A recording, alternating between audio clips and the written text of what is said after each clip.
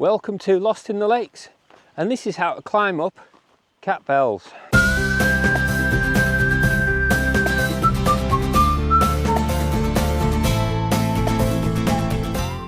Got a sign here that says Catbells 1 mile, and then you just start walking up here. You can see where you've come from here, and this is where we're going. Okay, just up from here, levels off, and you can see the walk is just starting now. As you can tell, it's the morning, so we're full of bird song. This is the road that you come up from. The tight corner is just here, and you cut across from there. So this is the path you would come up if you were walking from the lake, if you'd taken the boat over. So if you were coming on from the launch, you would come up the road here and take this path here.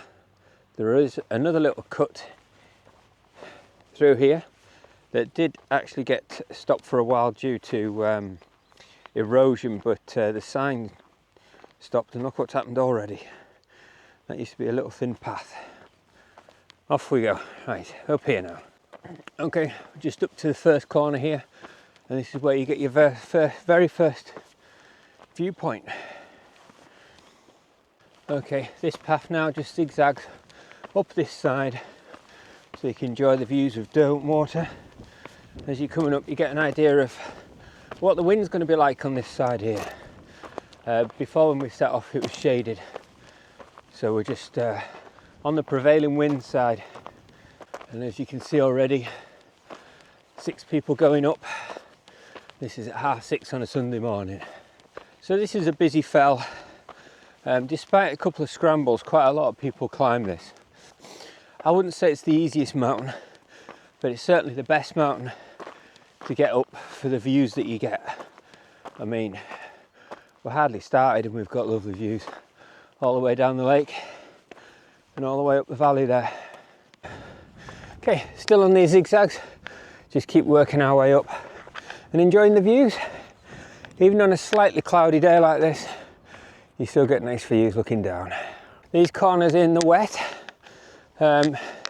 although polished stone, they are still quite grippy, so they're not too bad. In the dry, perfectly fine. This is a little rocky section now, so we've got some levelish steps, and here comes the wind. Okay, as we're just traversing back almost over to the other side here on the ridge, this is where you come up with your the first scramble. Now it looks like nice and easy to go off to the right, but you're better off either sticking to the far left or going up through the middle. If you can see, this is the middle point here. You can just see some walkers going up, and where that dry point is on the left hand side, that's the other way you can walk up. With the wind picking up when you get to here, the good thing is the prevailing side of it is quite easy. Some walkers have decided to go off to the left there. I think we're going to just go straight up through the middle. There we go.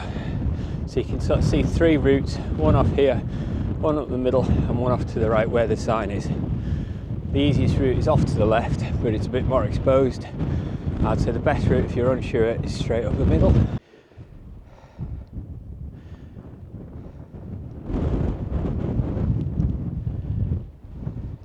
This is the path off to the right here. I came up through here. Quite a polished route, but when you come up this way and you know you're here, you finish that first scramble. And here you go. You can take pride in knowing that you've climbed up and have a look at the view. Again, like I say, it's just a bit dark today, but still stunning anyway. As you come up here, you've got the false summit of Catbells to your right hand side, and off in the distance is the summit.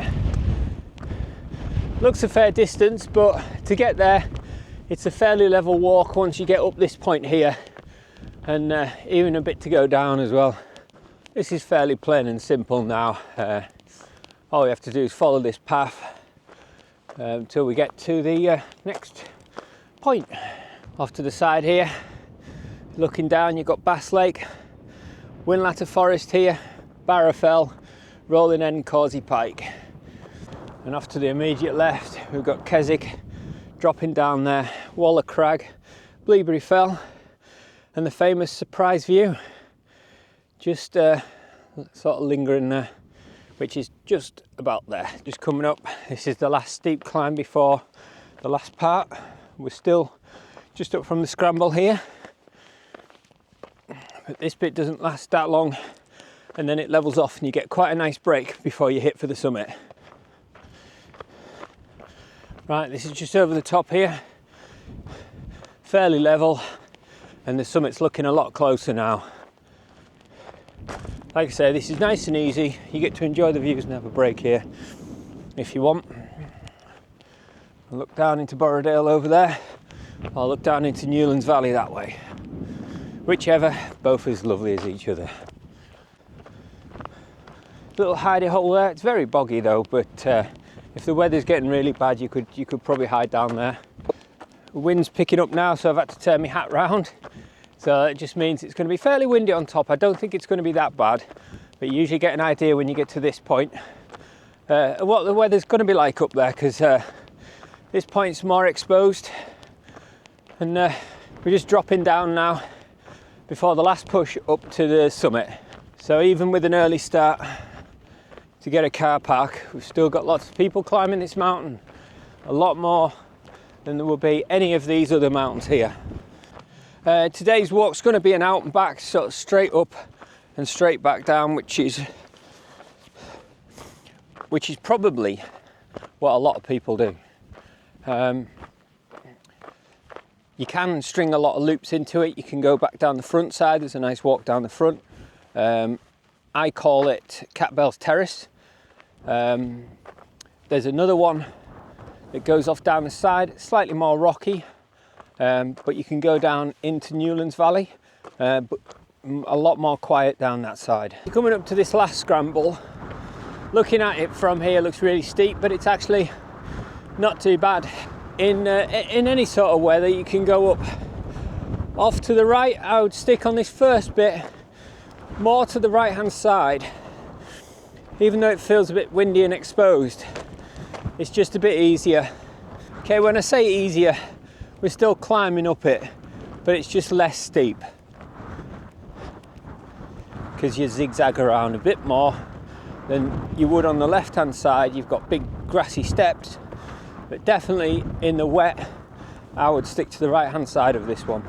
As you're coming up here, stick to the right hand side, and then when you get to the sort of level off bit, take a left. Okay, this is quite loose underfoot here. When it's dry, makes it slightly harder because it's quite loose, but it's not too bad at all really. Okay, as you get to this point,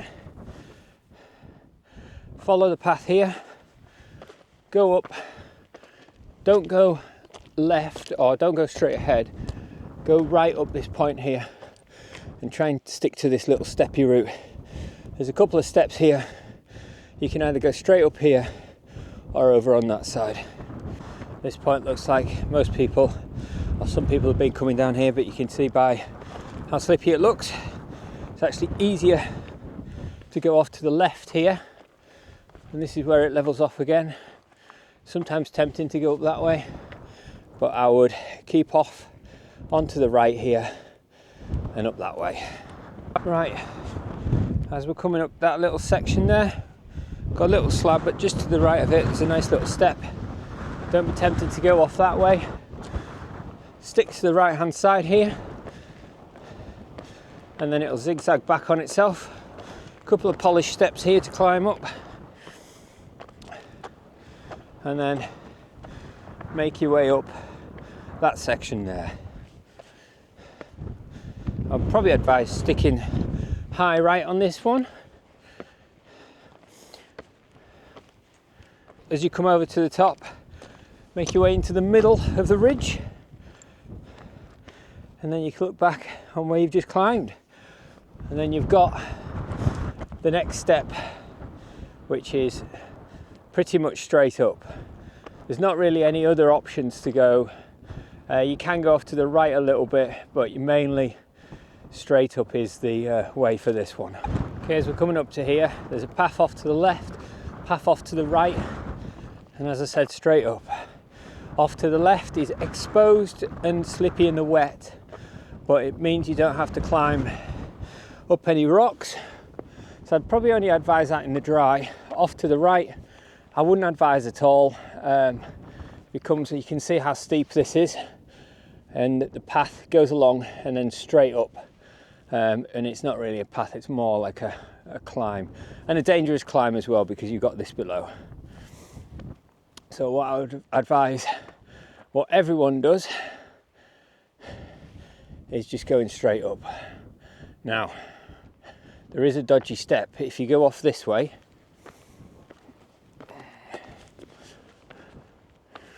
and you come up here, you can see this path off to the right. You make a left, and as you come up here, quite a few people come up here and make a big step up there. Now, let's go back down a second. Straight up here, we've got smaller steps. So albeit it looks worse, it's actually easier because you've got smaller steps to get up to this point here. And then this is the crux of it. Now, there's different ways to do it. You can go from here and step right across if you're feeling brave. There's a step here, but there's a little tiny step just there that you can get one foot on and then put your foot onto there. Now just bear in mind this is quite polished, so in the wet it can be quite slippy, but once you've done that, it's pretty much, although on the camera it looks quite bad. If you go off to the left here and then follow the fence line up there, that is your easiest route from this point onwards. It's easy enough to actually go straight up them rocks, but if you're feeling unconfident, if you take this little route here, it feels a lot easier than going on the exposed rock. Once you come over that bit, come across to this side of the fell, and then zigzag back across again. This avoids getting stuck in this little gully here, and then you can either climb over that bit there, which is more exposed but easier, or straight up here. Just taking this exposed side, not too bad at all. Once you get to here, you've done the worst of it and you can nearly see the summit. At this point you'll probably see some heads poking on the horizon, and that's your summit. You can just see the trig point there. Actually, I tell a lie, it's not a trig point, it's a little map that shows you all the fells and what you can see. There we go, there's the summit.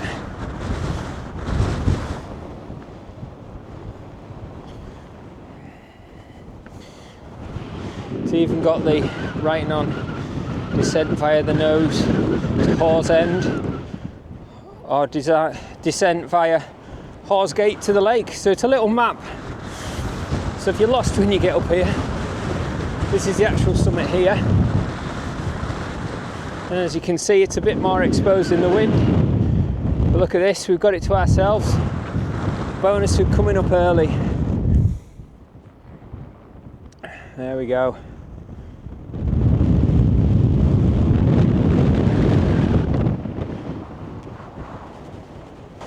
Right, that's the summit. How about how to get down? Hat's nearly blowing off. The part's fairly simple. All you do is continue the way you went down. So back down's a slightly different ordeal. Getting up, I would say, tend to be easier than getting down on these little steps. But we'll, on this one, we'll keep to the right hand side until we get to the scramble. Looks like the rain's coming in. So we're going to get down this first part before it does actually get too wet. Coming down, it's easier if you stick to the left hand side. Coming down this point and then making your way over to the right hand side, and you can just see this sort of scar, this path here. make your way down to that point. Okay, once you're here, you can see some steps down that side, but I would avoid that. You want to be coming down here and basically make your way over here, and there's a little crack you can just sort of get down from there. Okay, in the wet again, this is fairly slippy. If you want, you could just sit down on the rock and jump off that way. If you come down here, if you're keen, you can just jump down, or you can just crouch down and just make a foot fall on here. And once you're on this point here, the best way to do it is not to go down off to the right hand side, but to go over the left down this little point here. You could actually, if you're a bit uneasy, a bit more off to the left, there's a couple of handholds here and a couple of steps down here.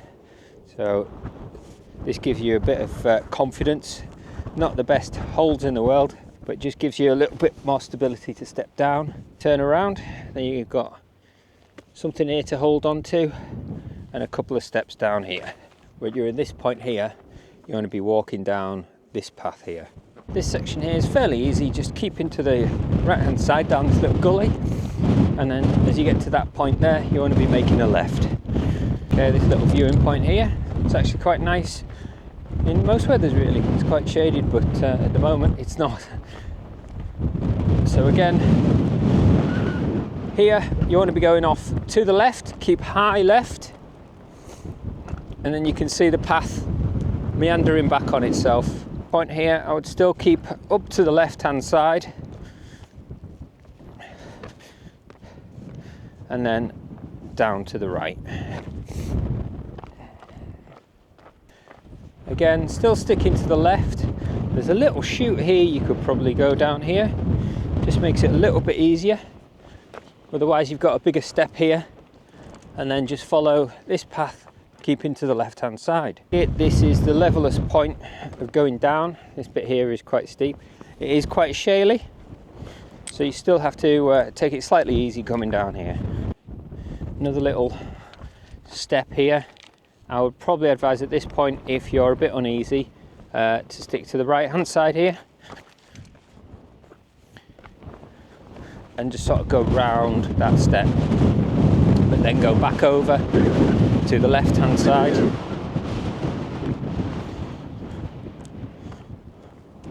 and then make your way down this point here, just down to there. Okay, once you're here, there's a couple of big steps there. Again, if you're uneasy, you can go on this little shelf here to the right, all the way across,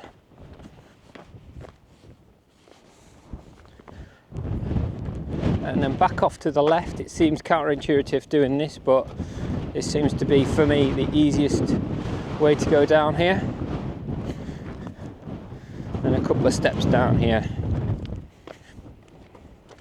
Again, some steps here. If you're confident, you can go to the left. If not, go to the right. You've got a bit of grass that you can lean on. And this little chute here, you make your way down there and onto that section, and that's that section over with. We've just got a nice slope here, and then you've got that level walk back to the second point. Right, just a little advice. This grass here, see it being really short, this has been cut by herdwigs, and it's famously known to be the slippiest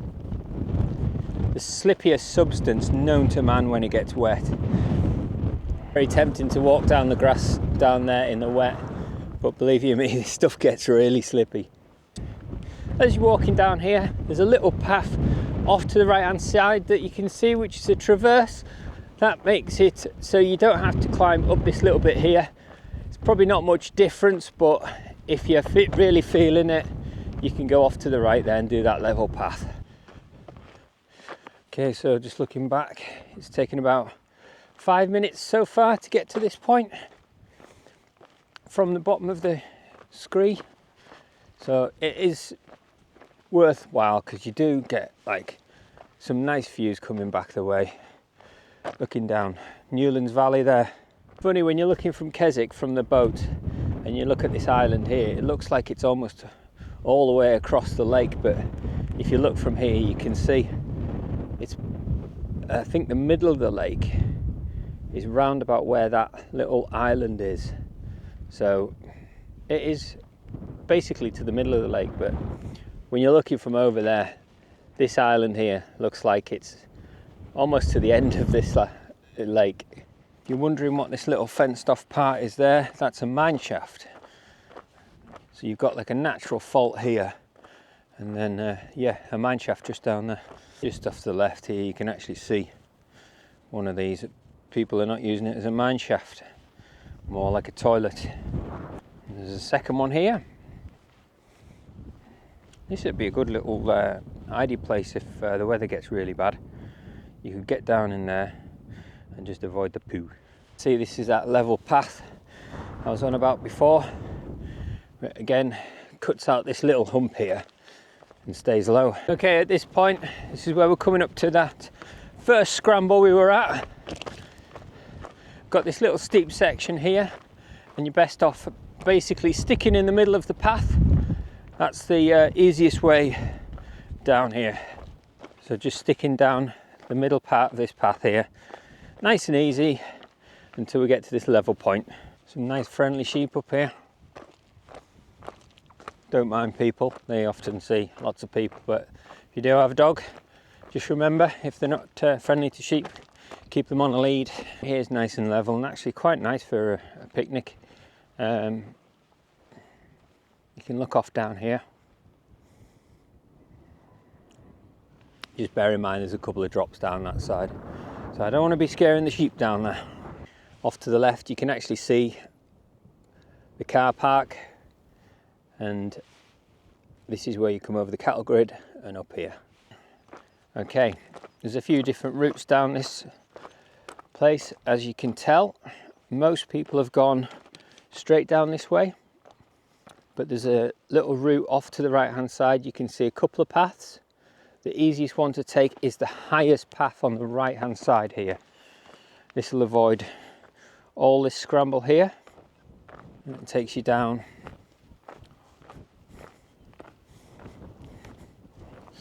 this little path here.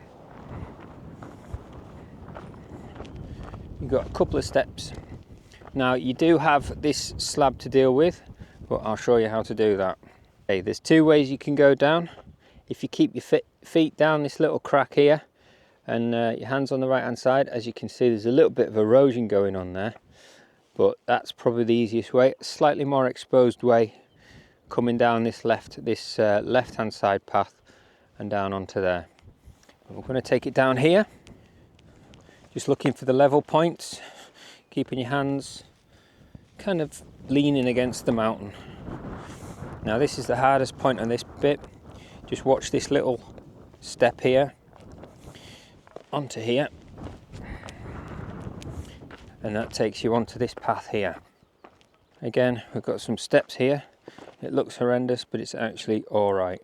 That's just looking back the way. If you come down that step, keep off to the left hand side and then down this point, and then we're down here,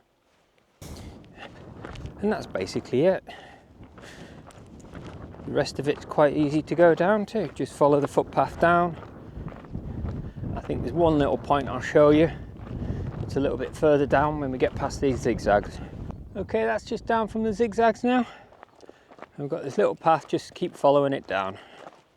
Okay, this point here,